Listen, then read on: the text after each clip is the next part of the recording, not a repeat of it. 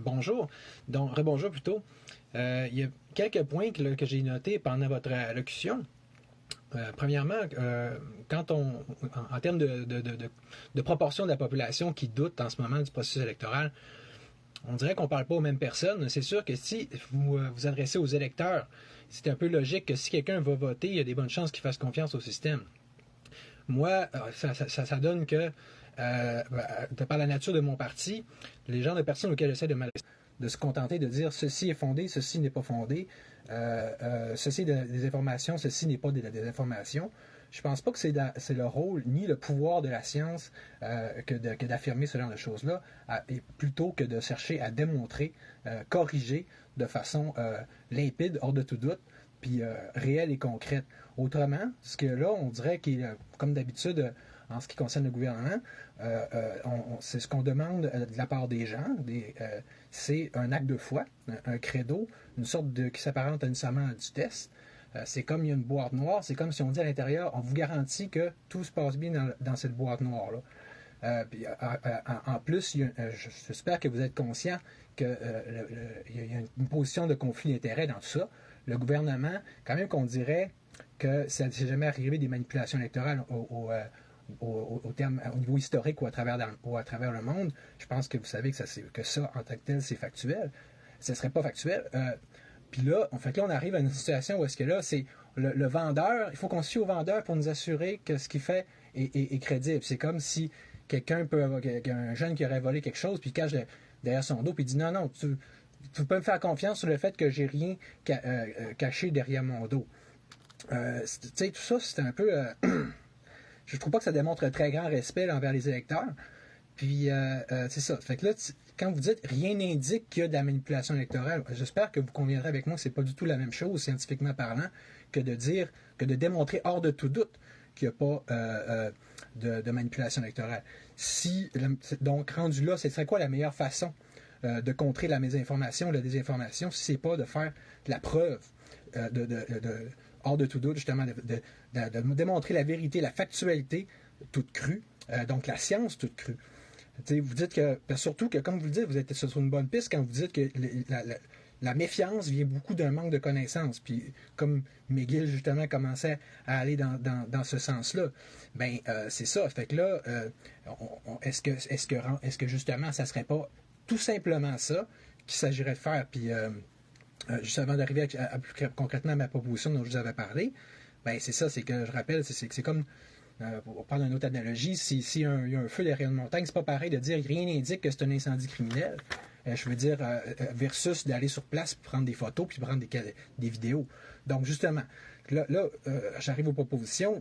Vous avez parlé de faire des campagnes d'éducation que moi, je comparerais à une sorte de catéchisme encore là, où est-ce que on explique aux gens comment penser, comment bien penser. Je trouve que c'est encore là pas de fonctionner de façon ni scientifique ni adulte.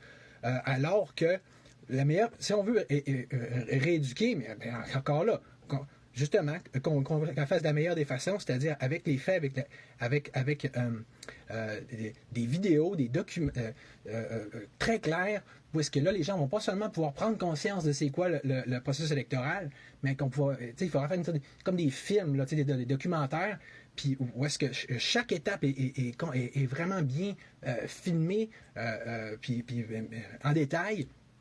Puis ça, c'est en plus du fait que au niveau de la vérification, il y a déjà eu des étapes qui sont possibles. Là. Au niveau du dépouillement, on peut chaque parti envoyer des représentants. Puis c'est quand j'en avais parlé, c'est avec Jean-Charles Cléroux de Démocratie Directe, il avait eu une excellente idée. Il avait dit, ben oui, venez me voir, je vais vous donner une décharge pour que vous alliez inspecter les votes au nom du parti. Ben, c'est ça, s'il y avait plus de participation citoyenne dans ce sens-là, ça serait super. Mais, tu sais, moi-même, j'étais allé un moment donné sur un bureau de vote, puis on me regardait comme un étranger pour dire, c'est que tu fais là, puis t'as pas d'affaires là. Puis c'est pas des attitudes comme ça qui vont augmenter la confiance. Fait que pour conclure, là, le gouvernement, c'est d'une façon qui ne m'étonne pas, semble aller d'une réelle transparence au niveau du processus électoral. Merci. Je veux juste m'assurer de quelque chose. Oui. Est-ce que vous vous associez au gouvernement? Pas d'aucune façon. Oui, non, mais vous êtes son employé, je veux dire, c'est encore là, je veux dire, c'est faux. Il faudrait que tout le monde soit d'accord pour me congédier. OK, mais là, je veux dire, c'est pas de ça qu'il est question, là.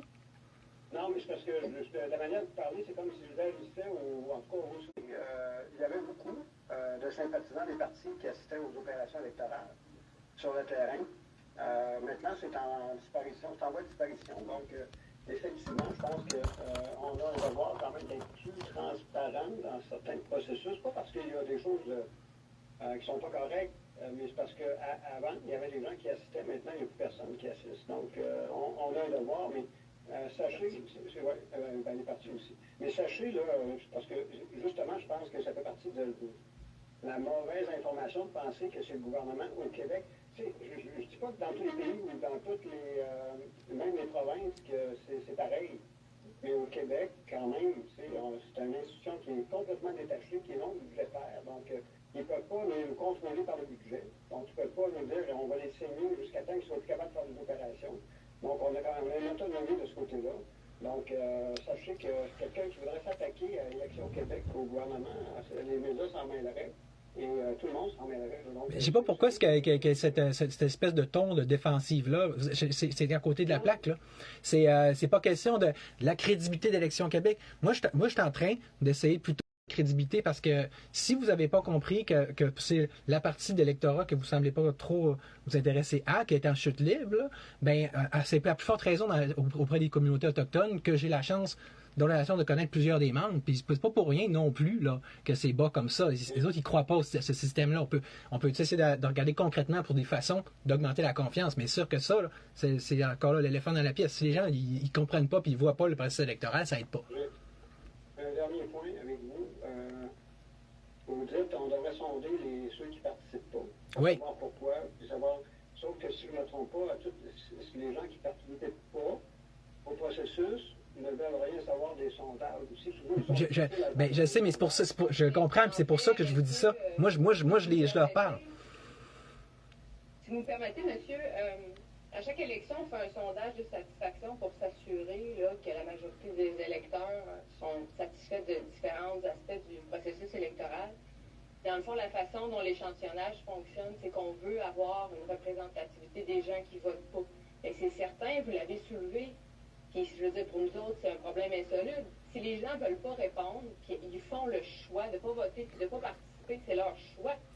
Il n'est pas question de remettre ça sur la table, là. Mais si les gens ne veulent pas participer au processus de consultation, s'ils ne veulent pas donner leur avis... Mais ça, je suis d'accord avec vous. Ce que je veux dire, c'est que c'est difficile pour nous autres de fonctionner autrement. Je sais. Il y a des chercheurs, puis il y a d'autres personnes qui essayent de comprendre, puis c'est des personnes qui sont pas dans l'Élection Québec, puis pas au gouvernement, qui essayent de comprendre ces choses-là. Puis nous autres, on lit ce qu'ils font, on essaye de comprendre. On n'est pas complètement fermé à cette...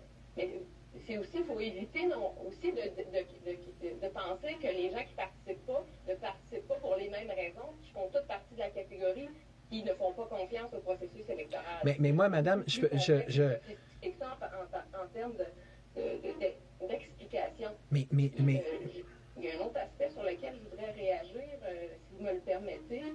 La question, c'est pas de dire ça c'est vrai, ça c'est faux, vous avez tort, puis on a pris la peine de faire des nuances.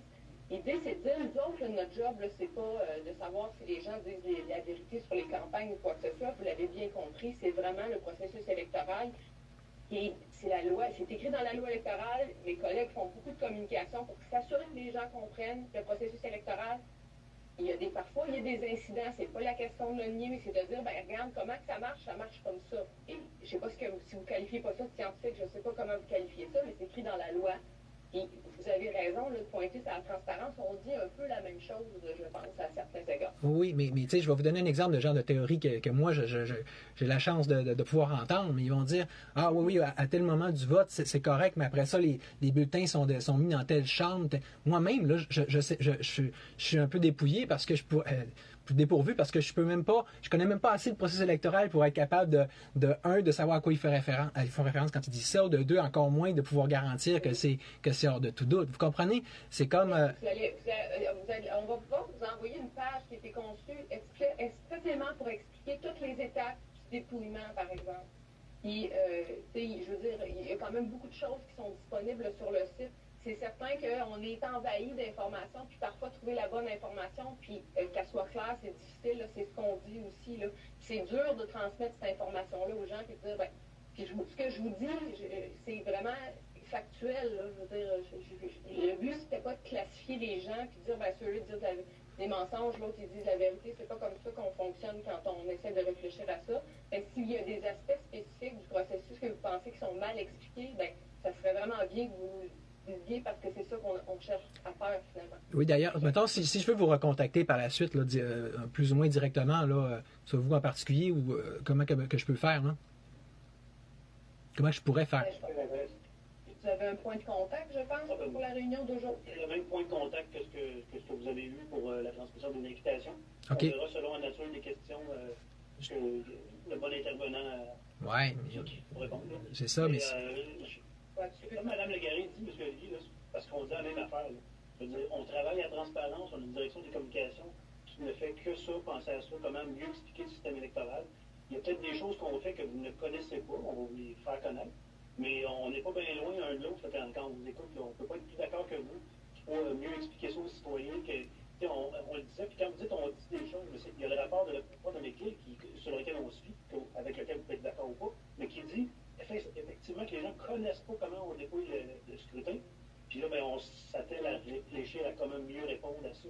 Alors, je pense qu'on est à la même place pas mal. Je finis avec ça, mais pour vous dire, moi, c'est quelque chose que je suis content de ce que vous faites là aujourd'hui parce que c'est quelque chose qui me hante depuis la dernière campagne. Puis en tout cas, sachez que moi, dans les idées que j'avais, je me disais, je ne demanderais pas mieux que de me promener avec une caméra pour faire un live, en faisant un live, puis de dire, regardez, on suit chacune des étapes pour dire, OK, c'est bien beau de voir le processus, mais qu'on voit aussi comment qu'à chaque étape du processus, tous les moyens ont été pris pour empêcher le traficotage. Puis juste vraiment pour finir, quand vous dites qu'on dit la même chose, c'est vrai parce que moi, je passe mon temps à leur dire aux gens, c'est sûr, si vous impliquez pas en politique, puis si vous, justement, vous piquez des sondages, puis ça, si vous dites pas, ou des consultations, vous ne donnez pas votre opinion, là, après ça, on se ramasse avec ce genre de problème-là. Mais je peux vous dire, par exemple, quand je fais du porte-à-porte, moi, je les vois, les gens, puis là, je les vois, les réactions. Puis à un moment donné, j'aimerais ça aussi, que ça ferait quasiment fun que je puisse le filmer pour vous le montrer. Je pense que vous piqueriez le saut sur ce que les gens peuvent penser du système.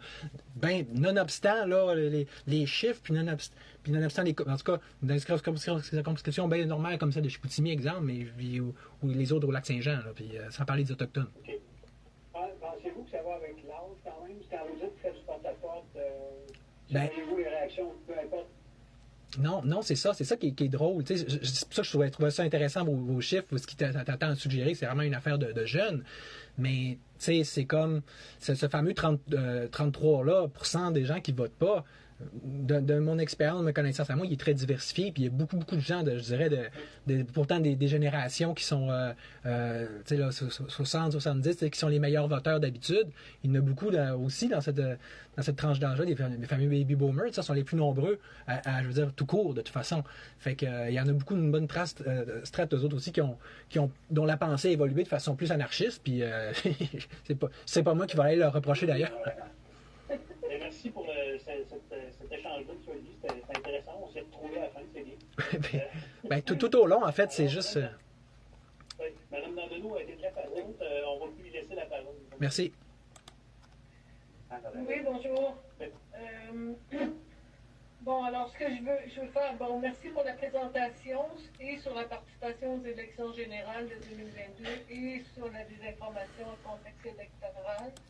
On avait eu le temps de vérifier ou de regarder justement cette enquête-là de McGill. Il y a beaucoup d'informations. Ça fait que... Une des questions qu'on a, c'est...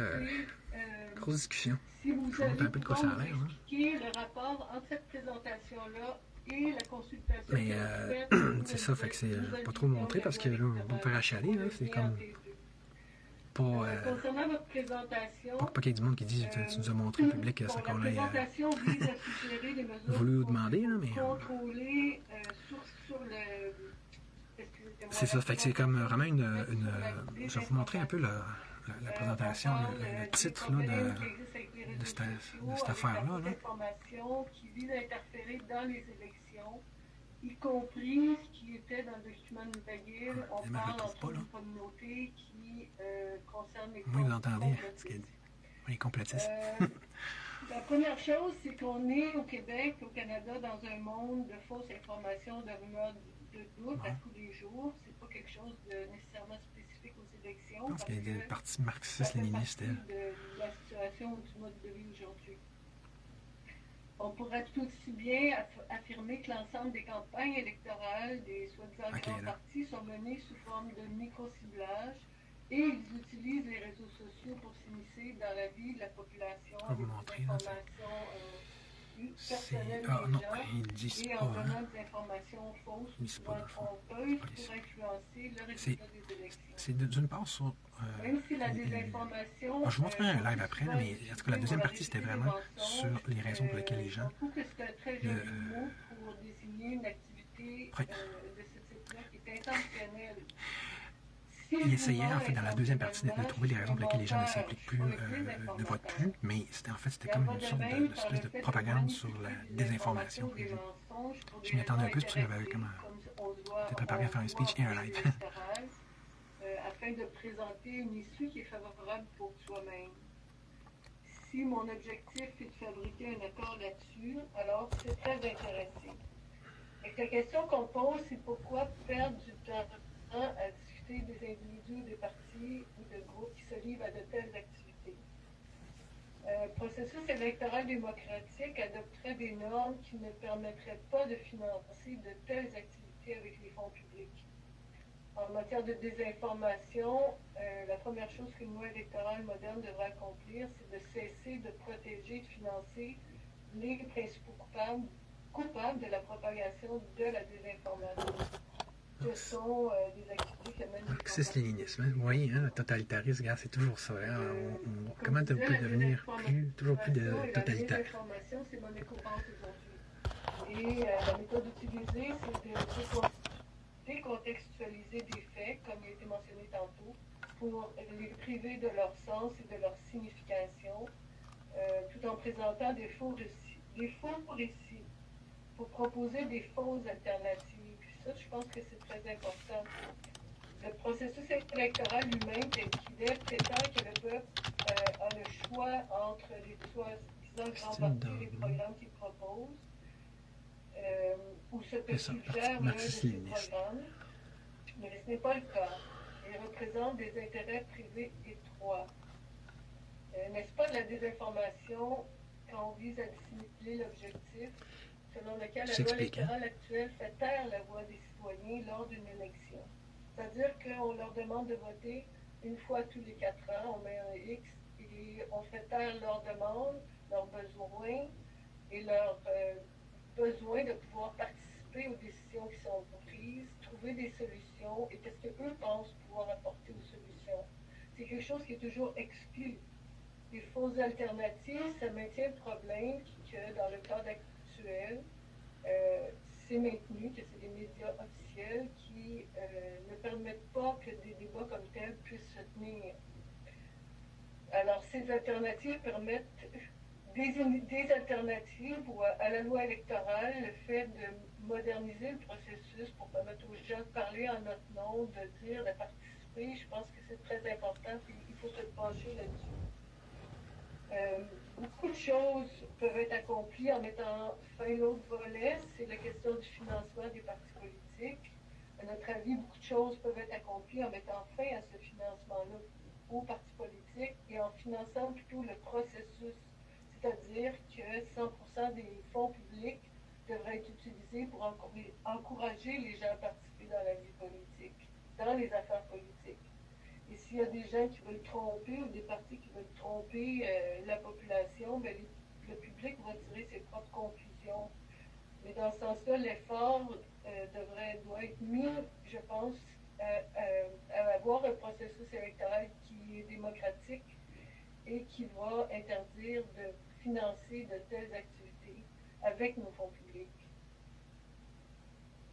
La désinformation, juste pour terminer, je voudrais dire que la loi électorale doit accomplir et cesser de protéger ces coupables-là de la propagation de la désinformation. Dans la présentation, tantôt, c'était intéressant. Il disait que y a 4 individus qui sont responsables, selon lui, de 10% des posts supposément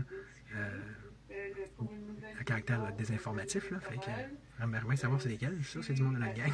D'abord. À travers ça, de toute façon, ça permet d'aller plus loin dans la loi électorale.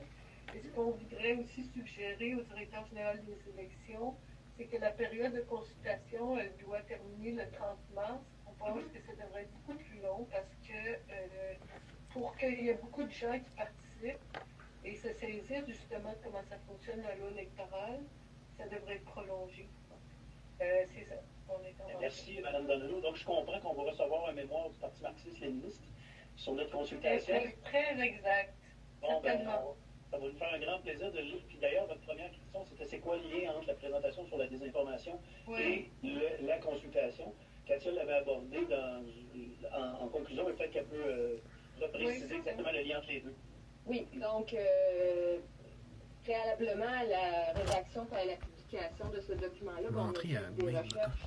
On a fait des recherches en droit comparé, on a fait des recherches sur ce qui se fait ailleurs, on a fait des recherches pour s'assurer de bien comprendre ce phénomène-là en particulier, d'autres aspects aussi. Là, on a produit une documentation là, pour que ça soit juste, nos consultations soient bien orientées. Donc, cette recherche-là a servi à identifier là, des propositions, des pistes de réflexion, puis aussi avoir un portrait général de ce qui se faisait ailleurs là, pour que ça soit fondé, parce qu'on ne voulait pas avoir des propositions ou des pistes de réflexion qui étaient trop générales puis qui n'étaient pas ancrées dans quelque chose de possible et de réalisable et de réaliste.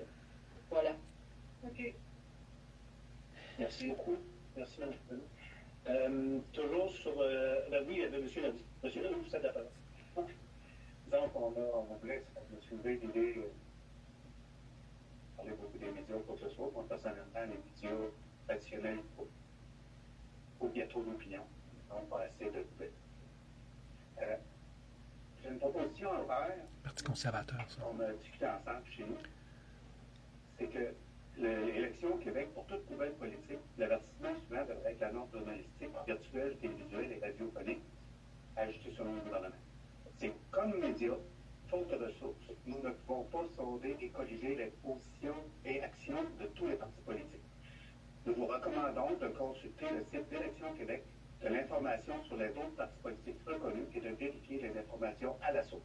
Ça devrait être automatique à toutes les fois les médias parlent d'élections. Québec. C'est une proposition que je fais. D'accord. Proposition notée. Je pense que Mme Dandreau veut réagir à notre pétition. Ou sont d'autres choses, peut-être? On ne vous entend pas, Mme Dandreau, on ne vous entend pas. Est-ce que c'est possible de répéter ta proposition, Carole? Et comme médias, tous les médias lorsqu'ils veulent parler d'élections, comme médias, faute de ressources, nous ne pouvons pas sonder et corriger les positions et actions de tous les partis politiques. Nous vous recommandons de consulter le site d'Élections Québec, de l'information sur les autres partis politiques reconnus et de vérifier les informations. Désolé si c'est plate, c'est comme ça. C'est que les médias... On a coupé le live, d'un coup, il arrive quelque chose d'intéressant. Lorsqu'ils font de l'opinion, ils devraient minimum avoir cette information. Ce petit texte-là de mentionner un peu comme un bandeau, d'envoyer le monde sur Élections Québec à aller voir ce qui existe. Maintenant qu'on parle de partis politiques, tout le monde passe à une carte. C'est la question de la couverture médiatique des partis politiques. On l'envoie budget à vous, probablement, de le forcer en bandeau des nouvelles. Ben, en tout cas, je pense que ça aiderait énormément aux gens à dire hey, il y a 21 partis, vous va y aller voir, juste inciter le monde à aller voir. Et, on va prendre bonne note.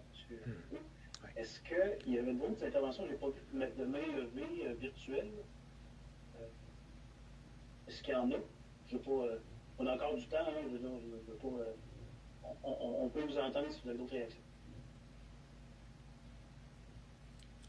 Oui, Mme Dandreau. Toujours votre micro, Mme. Monsieur Béranchet, est-ce que vous pouvez nous dire s'il y a une possibilité que vous prolongiez la consultation? Parce que c'est quand même assez court et c'est pas nécessairement bien connu encore en ce moment. Je sais que la semaine prochaine, on va avoir une relance de la publicité par rapport à la consultation. Donc, il va y avoir encore de publicité dans les médias mentionnant que la consultation est en cours. Je vais prendre une lettre ouverte aussi, si je ne me trompe pas, pour inciter les gens à aller consulter notre site et consulter le rapport et faire des commentaires. Mais je pense que la date est pas mal usée, si on veut. Parce que si on veut qu'il y ait des recommandations, à quelque part, qui soient mises en œuvre pour la prochaine élection, il va falloir qu'on publie nos recommandations assez rapidement quand même. Donc, mais ceci étant dit, je pense qu'on le dit à l'heure, c'est ça, c'est pas parce qu'on arrête de consulter officiellement qu'on n'est pas, à l'écoute de ce que les gens ont à dire par rapport à la loi ou tout autre sujet que, et puis même les suggestions qui sont dans le rapport, ben, si vous avez d'autres suggestions, on les prend aussi. C'est pas Ça va achever. Après ça, je vais vous montrer quelque chose. Certains aspects, mais si vous voyez d'autres aspects qui n'ont pas été pris en compte dans le rapport, ben, on vous invite à le mentionner. Mais je pense que la date est immuable parce que c'est d'autres échéances après qui arrivent. Mais ça ne veut pas dire, comme en tout temps, vous pouvez soumettre quand même des suggestions. Parce qu'il faut en arriver à faire un bilan de tout ce qu'on a entendu. Puis il y a plein de niveaux de consultation en ligne avec vous, d'autres plateformes. Donc, il faut se laisser le temps de faire un bilan, de tirer, voir s'il y a des consensus là-dedans, de tirer peut-être des grandes lignes de consensus qui émergent. Après ça, faire un rapport à l'automne, espérant que les lois vont pouvoir changer. Donc, ça peut pas être comme avant de raccrocher, là. Il y a un moment où on la termine, mais on ne termine pas le dialogue avec vous, ni avec aucun acteur de la société, d'ailleurs. Il y avait d'autres interventions. Quel autre type de consultation vous faites, on a la table citoyenne qui est une instance. Il y a la table citoyenne d'Élection Québec qui est une instance permanente. C'est bon, je raccroche tes cœurs. Depuis plusieurs années. Bon. OK. Fait que, premièrement, là, je vais vous montrer un peu c'est quoi qu'ils nous ont montré. OK, il y a quand même des affaires intéressantes. La première partie était vraiment pas comme la deuxième, elle était moins idéologique, était plus factuelle, plus scientifique. OK? Fait que c'est ça, je vais vous montrer ces slides-là. Ça, pour commencer, c'est vraiment le taux de participation aux élections générales de 1772 à 2022. Ben, vous voyez, c'est en chute libre, hein? Les autres, ils se mettent la tête dans le sable, ils disent tout va bien, c'est juste une petite portion qui une petite année qui coule, puis ils disent c'est juste une très faible partie de la population qui n'a pas confiance au processus électoral, puis c'est pas parce qu'il n'a pas confiance que c'est pas ça qui explique ces chiffres-là, là. C'est drôle, hein? Ils veulent pas. Puis ils disent c'est ça, ils cherchent à l'expliquer par d'autres facteurs, comme mettons le fait que les jeunes votent moins, ce qui est aussi une cause, dans ce sens-là, il y en a plusieurs. Ça, ben écoute, ça montre que c'est juste pour montrer qu'il y a de la variation entre les différentes circonscriptions. Ça aussi, ça c'est comme, chacune des petites barres c'est une circonscription, fait que c'est pour montrer, on n'aura pas leur nom, mais c'est pour montrer comment il y a de la variation. C'est là qu'il y en a le moins, il y a ça. C'est comme de 30% à 80%, il y a toute cette variation-là. Après ça, bon, tu vois comme ici, ben là, je vais vous laisser regarder, c'est des chiffres, hein? C'est comme une dette, c'est une dette, un chiffre, c'est un chiffre. Mais c'est ça, c'est les jeunes. Le titre indique que c'est ce qui est le plus particulier, c'est que les jeunes hommes votent moins que les jeunes femmes, parce que sinon, ce qui est intéressant, on le voit dessus, là. Ouais, c'est ça. C'est que en termes d'âge, là. OK, non, ça, c'est la participation par des Blancs, on va dire, puis ça, c'est des Autochtones. Fait que, vous voyez qu'il y a vraiment un énorme gap, là. Puis que sinon, ben, il y a une légère différence, hein, c'est à augmenter un petit peu pour les Autochtones, alors que nous, ça tend plus à diminuer, là. Ouais, c'est ça. Puis comme j'étais en train de dire, au niveau de l'âge, ben là, encore là, c'est les Autochtones, mais vous voyez, ça, c'est le principe que les 18 à 20... Tu sais, les jeunes, le principe que les jeunes votent moins, on le voit ici, alors que ceux qui ont entre 65 et 74 ans, c'est les super voteurs, là. Ça fait juste une petite affaire un peu après, mais donc la moyenne pour eux autres étant de 78% là, qui vont voter, là. La répartition des électeurs inscrits selon l'âge, bon, ben, c'est toujours en fonction des... vert, c'est autochtone, puis bleu, c'est blanc. Fait que ça, ironiquement, il y a beaucoup plus justement d'électeurs inscrits, dans le sens, il y a plus de jeunes, si tu veux, des autochtones. Fait que, même si, comme on peut voir, ça vote moins.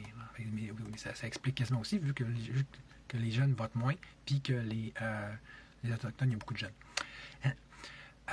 Ouais, là, oui, il y a une partie. Il y avait comme 3 parties. Là. La première, c'était de façon générale, comme on vient de voir. La deuxième, c'était vraiment les Premières Nations. Puis, la troisième, c'est la désinformation. Christy, j'ai eu ce terme-là. Entre guillemets, désinformation.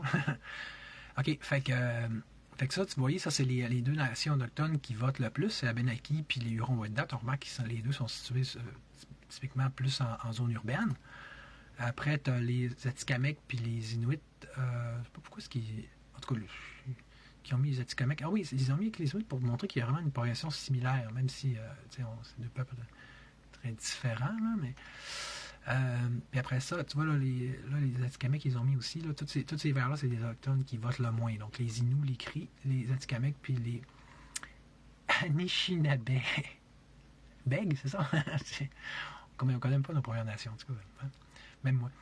Les Pilenaskapi. Puis finalement, les Mohawks qui sont vraiment ceux qui votent le moins.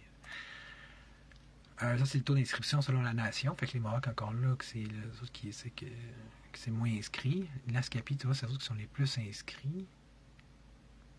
Ça, c'est 108.3. Pourquoi c'est 120? Un taux, est-ce que ça va jusqu'à 120? En tout cas, il y a un bout que je perds. Ouais, puis là, ils ont mis cette slide-là à la fin. J'ai même pas eu le temps de la lire. On va aller ensemble. La transparence des communications rusées, la lutte à la désinformation, envisager la création d'obligations. Ils veulent vraiment censurer le web. Là. C'est ça leur super solution, hein? Typiquement gouvernementale. Examiner la possibilité d'imposer des obligations aux plateformes numériques. Et dans le sens inverse. Plutôt, ils ne pourraient pas les empêcher de censurer. Parce que surtout, typiquement, ils censurent tout ce qui est vrai. On se comprend pas, on dirait, le peuple et le gouvernement. Hein? Accroître la transparence des communications à caractère politique. Ben oui, on va accroître la transparence en encourageant la censure et en empêchant le monde de publier. C'est bon, ça? Adopter des mesures de transparence dans les outils d'amplification en ligne, en limiter l'usage. Donc, on va continuer de se communiser, hein, tant qu'être parti. Puis, écoutons, Mme marxiste-léniniste a pu finir, tant que ça. Circonscrire l'utilisation des techniques de micro-ciblage, transparence. Transparence pour tout le monde, à part le gouvernement, bien sûr. Évaluer la pertinence d'ajouter de nouvelles infractions. Griffe. Pouvez-vous comprendre pourquoi est-ce qu'il y a un parti libertarien? Là? Vous le voyez-vous comment que le gouvernement, c'est pas bon, il faut le démanteler, là. Puis si on ne le fait pas de l'intérieur comme il essaie de le faire là, on est mal pris. Là. Et pourtant, moi, je suis sûr que même si on réussissait, qu'est-ce qu'on essaie de faire avec eux autres, de vraiment faire des mécanismes d'inspection, de vérification très, très poussés, très rigoureux là, du processus électoral, je pense pas qu'on découvrirait de vraies grosses fraudes. Là. C'est peut-être des petites parties par là, mais vous allez me trouver que je suis naïf, c'est nul. Peu importe, de toute façon, ce que je veux, c'est qu'on le vérifie. C'est pas compliqué. Puis qu'on finisse toujours bien par avoir savoir qu'est-ce qu'il y en est, en avoir le cœur net. Juste finir avec une couple d'autres petites notes que j'avais prises. C'était beaucoup par rapport au... Okay. Il y a 2 notes que c'est pas par rapport aux Autochtones. Fait que je vais commencer par eux autres. Les autres, c'est des notes beaucoup par rapport au vote autochtone. Fait que la première, c'est ça. Il y a une phrase importante qui ont dit, c'est que les nouvelles générations d'électeurs votent moins et continuent de moins voter. Puis ça, c'est partout à travers le monde. Hein. Fait que vous allez me dire, ouais, ils ont compris. Non, je pense pas. Je trouve que c'est un problème plus qu'autre chose. Ça montre que c'est un culte, là, ces jeunes-là, ces nouvelles batches-là. Là. C'est le fruit de notre super système d'éducation qu'on a. Puis ça devrait vous indiquer aussi que quelque chose qui cloche, là. T'sais, si tout le monde fait de plus en plus comme les jeunes, qui l'offrent, qui disent hey, on fuck le système, on vote pas. Puis qu'on sait que je veux dire que c'est pas les jeunes les plus éduqués, là, les plus savants là, qu'on a jamais eu. Là. C'est pas bon signe. Alors que c'est ceux qui votent le plus, c'est les générations des baby boomers qui ont eu, tant qu'à moi, salut Stéphane, une éducation pas un peu complète là, dans le temps, là, notamment une coupe qui ont pu avoir au bon un cours classique ou quelque chose qui ressemble à ça. Puis, en plus, ben, il y a toute le School of Life, là, je veux dire, toute l'expérience, le vécu qu'ils ont accumulé toute leur vie, toute la culture politique, la culture générale, OK, on s'entend, là, c'est pas la même range, fait que, comme de fait, ils vont plus voter. Ça nous donne une indication de la sagesse versus l'immaturité là, de la jeunesse, là, qui est particulièrement flagrante dans le cas des nouvelles générations. Il y a un certain Blais, là, pas Stéphane, là, mais c'est quelqu'un qui a fait un rapport là, sur les raisons pour lesquelles les gens vont moins voter. Une des raisons, ils ont été un peu évasifs là-dessus, c'est que les gens n'aiment pas la compétitivité du système électoral actuel. Je comprends ça, là, mais je veux dire...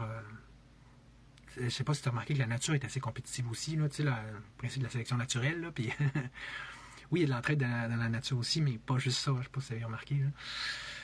C'est qu'à un moment donné, c'est plus fort qui survivent, c'est l'adaptation. Puis ça serait fun qu'on apprenne à vivre avec ça un peu aussi à un moment donné, les humains, là, puis dans notre monde humain. Là.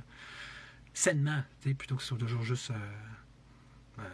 le plus fort qui opprime le plus faible. Là, on dirait qu'on vit bien avec les compétitivités malsaines, comme celle qui souvent va caractériser le milieu du travail, le monde capitaliste, mais des compétitivités qui, en mon sens, sont un peu plus saines, qui est celui des idées, puis des propositions, puis des projets politiques. Ça, on n'aime pas ça, on ne parle pas de ça, puis ça fait de la chicane. Cher Québécois, puis chère loi du consensus, et culture du consensus. OK, fait que je parle des Autochtones maintenant. Je me grouille un peu parce que là, je trouve que il est déjà long le live. Si je veux le mettre sur Instagram, il faut qu'il soit moins qu'une heure. Parce qu'à un moment donné, dans la circonscription d'Ungava, il y avait des très bas chiffres de participation.